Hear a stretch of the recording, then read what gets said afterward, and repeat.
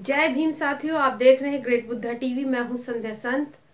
बीते 2 दिन 7 जनवरी 2019 और 8 जनवरी 2019 भारत की राजनीति में ऐतिहासिक दिन माने जाएंगे, क्योंकि 7 जनवरी 2019 को प्रधानमंत्री नरेंद्र मोदी की कैबिनेट ने भारत के सवर्ण गरीबों को शिक्षा और सरकारी नौकरी में 10% आरक्षण देने के बिल का प्रस्ताव रखा और 8 जनवरी 2019 को इस बिल को लोकसभा में मंजूरी दे दी गई।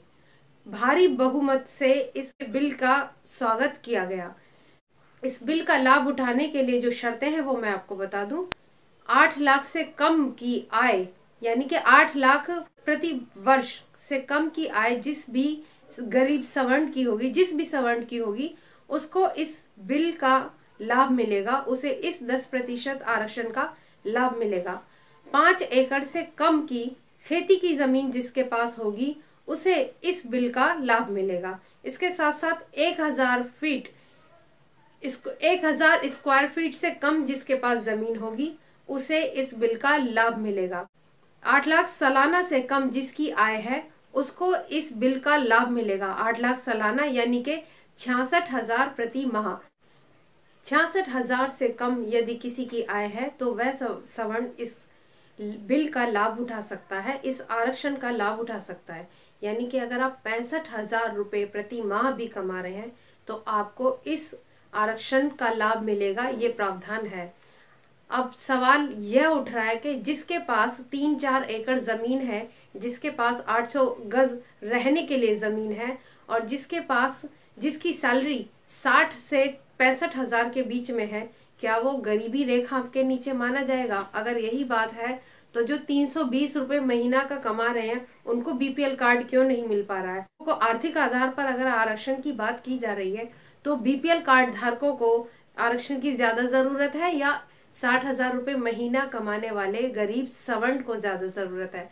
खैर, इस बारे में काफी चर्चा हो रही है। खैर, बहुजन समाज के बुद्धिजीवी वर्ग इसके बारे में आवाज उठा रहे हैं और आवाज उठानी भी चाहिए, मगर सोचने की बात यह है 50% से ज्यादा आरक्षण देने का प्रावधान संविधान में नहीं है। संविधान के अनुसार देखा जाए तो देश में सिर्फ 50% तक ही आरक्षण दिया जा सकता है।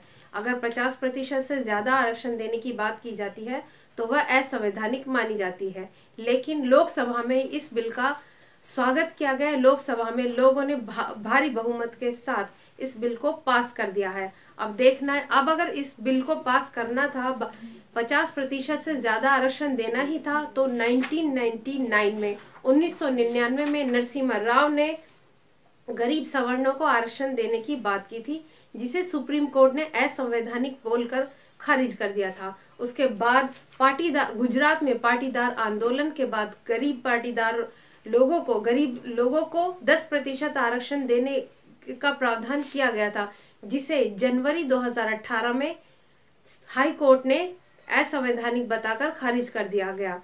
अब देखना यह है कि सुप्रीम कोर्ट का इस बिल के प्रति क्या रुख रहेगा और कौन आवाज उठाएगा, क्योंकि इस बिल का लोकसभा में भारी बहुमत के साथ स्वागत हुआ है। सवर्ण ही नहीं बल्कि लोकसभा में बैठे हुए बहुजन समाज के लोगों ने भी इसका स्वागत किया है। मात्र कुछ ही लोगों ने इसका विरोध किया।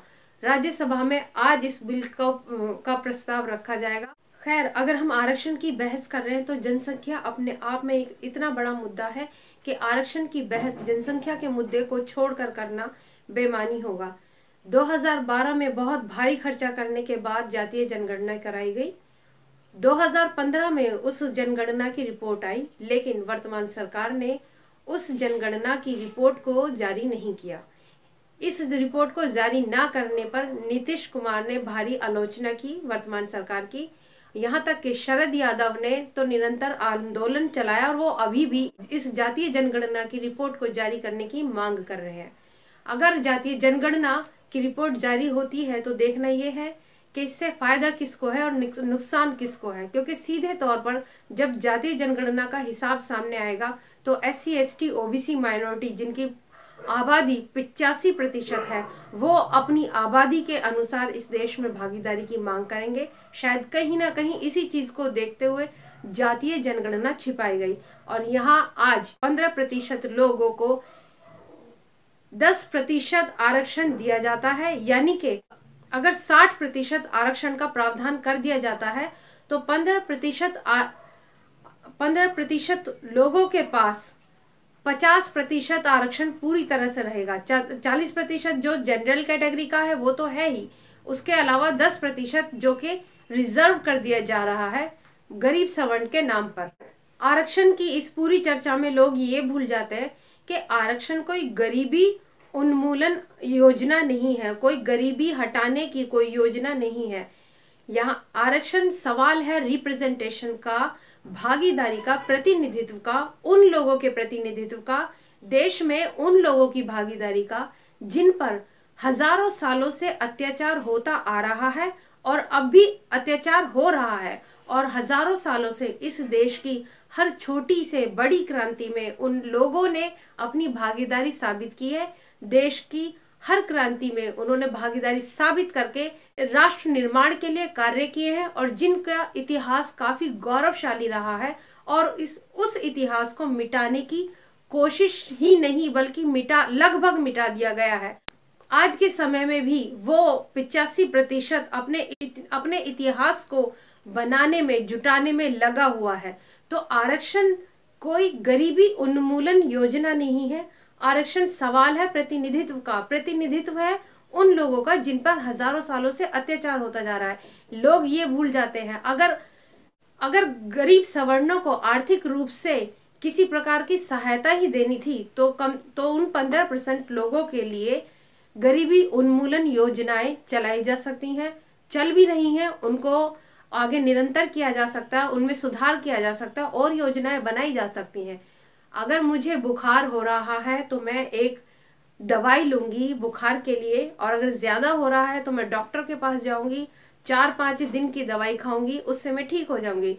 लेकिन अगर मुझे बुखार हो रहा है तो मैं डायरेक्ट सर्जन के पास जाकर ये नहीं कहूंगी कि मेरा ऑपरेशन कर दीजिए। तो ये सोचने वाली बात है बहुजन समाज के लिए कि अगर 10% आरक्षण के लिए वो इतना बड़ा बिल ला सकते हैं तो हमारे प्रतिनिधित्व के लिए उन्होंने अभी तक क्या किया? जो बाबा साहब कर गए वही है, और जबकि बैकलॉग नहीं भरा गया है। आप सरकारी संस्थानों में जाकर देख सकते हैं, जो SC/ST का बैकलॉग है, खाली सीटें हैं, उन्हें अभी तक नहीं भरा गया है। और यहाँ जो ऑलरेडी 60,000 रुपये महीना तक का कमा रहे हैं उनके लिए उनको गरीब सवर्ण बोलकर उनके लिए आरक्षण का प्रावधान किया जा रहा है। ये बहुजन समाज के लोगों को सोचना पड़ेगा। ये वाकई में मजाक का वक्त नहीं है, ये सोचने की जरूरत है, समझने की जरूरत। आरक्षण अगर मिल रहा है तो जो परेशान तबका है उसको इस्टेब्लिश करने के लिए, स्थापित करने के लिए, यानी कि शिक्षा के लिए और नौकरियों के लिए। अब अगर नौकरियों की बात की जाए तो सरकारी विभागों में नौकरियां कहाँ है, ये सवाल सबकी जबान पर है। बेरोजगार युवा हमेशा इस चर्चा को करते रहते हैं, सवाल उठाते रहते हैं। सरकारी विभागों में अगर नौकरी ही नहीं है तो सरकारी नौकरियों के लिए आरक्षण देना कहाँ तक सिद्ध है? अगर आरक्षण की मांग की जाए तो प्राइवेट कंपनियों में आरक्षण की मांग क्यों नहीं की जाती है? 2002 में मीरा कुमार ने इस आवाज को उठाया था, निजी संस्थानों में आरक्षण की मांग की थी, लेकिन कुछ नहीं हो पाया। 2017 नवंबर 2017 में बिहार के मुख्यमंत्री नीतीश कुमार ने निजी संस्थानों में आरक्षण देने की बात की, बल्कि उन्होंने यह फैसला भी किया जो भी निजी संस्थान सरकारी पैसे से आउटसोर्सिंग का कार्य करेगी उसे 50% आरक्षण देना होगा, लेकिन यह भी हो नहीं पाया। तो अगर हम बात कर रहे हैं आरक्षण की तो हम निजी संस्थानों में आरक्षण की बात क्यों नहीं करते? अब जब देश में सरकारी संस्थानों का निजीकरण हो ही रहा है, नौकरियों के ज्यादा चांसेस निजी संस्थानों में है, सरकारी संस्थानों में नौकरियां नहीं बचेंगी, तो आरक्षण का लेकर क्या करेंगे? चाहे उसमें सवर्ण समाज हो या फिर बहुजन समाज हो, ये दोनों समाजों को सोचना पड़ेगा कि निजी संस्थानों में ज्यादा जरूरत है आरक्षण की या सरकारी संस्थानों में। एक तरफ सरकारी संस्थानों का निजीकरण हो रहा है, एक तरफ आरक्षण का झांसा देकर गरीब सवर्ण समाज के गरीब लोगों को बहकाया जा रहा है। ये उन्हें सोचने की जरूरत है, और सोचने की जरूरत है बल्कि डिमांड करना चाहिए कि उन्हें निजी संस्थानों में आरक्षण मिले। जिस तरह नरसिम्हा राव द्वारा गरीब सवर्णों को आरक्षण देने की बात को, आरक्षण देने के फैसले को सुप्रीम कोर्ट ने असंवैधानिक बताकर खारिज कर दिया, और जिस तरह से पाटीदार आंदोलन के बाद लिए गए फैसले को, गरीब लोगों को आरक्षण देने के मांग को हाई कोर्ट ने जनवरी 2018 में खारिज कर दिया, तो देखना यह है कि सुप्रीम कोर्ट का इसके प्रति क्या रवैया रहेगा। और अगर संविधान में 50% से कम 50% से ज्यादा आरक्षण देने की बात सिद्ध नहीं हो पाती है, ये बिल पास नहीं हो पाता है, तो फिर भी अगर यह वर्तमान सरकार 10% आरक्षण गरीब सवर्णों को देने पर अड़ी रहती है, तो देखना यह है कि 49.5% में से किस समुदाय के आरक्षण पर गाज गिरेगी। पूरे बहुजन समाज के लिए ये जरूरी है कि वो इस मुद्दे पर सोचे, चर्चा करे, विचार करे, क्योंकि वर्तमान सरकार के दौर में ही SC/ST एक्ट को निष्क्रिय करने की पूरी कोशिश की गई, बल्कि लगभग निष्क्रिय कर ही दिया। इसके लिए SC/ST लोग जब आंदोलन उन्होंने किया, तब जाकर उन्हें उनका एक्ट जो है वापस मिला।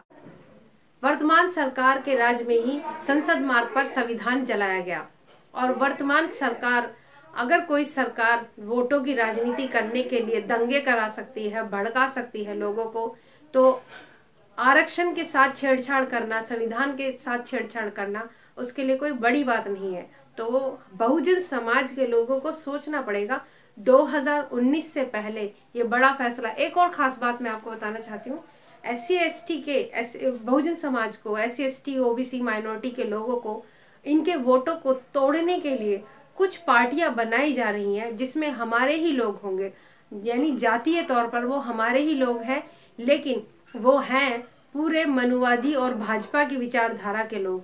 तो उन विचारधारा के लोग कुछ पार्टी ऐसे बना रहे हैं जिससे बहन जी का वोट कटे, अखिलेश यादव का वोट कटे।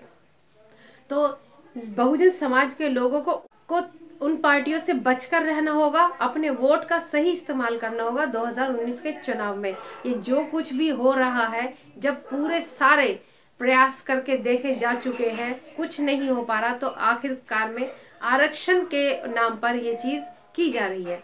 तो ये सोचना पड़ेगा बहुजन समाज के लोगों को, वो 2019 में जो उन्हें फैसला लेना है उसके लिए उन्हें क्या नीति अपनानी है, अपनी एकजुटता दिखानी होगी 2019 के चुनावों में, तभी जाकर वे उन्हें अपना प्रतिनिधित्व इस देश में मिल पाएगा। वीडियो पसंद आए तो लाइक कीजिए, शेयर करिए, सब्सक्राइब कीजिए, और इस वीडियो को ज्यादा से ज्यादा अपने लोगों के बीच में पहुंचाइए, क्योंकि यही सवाल है बहुजन समाज के इस देश में प्रतिनिधित्व का। बने रहिए ग्रेट बुद्धा टीवी के साथ।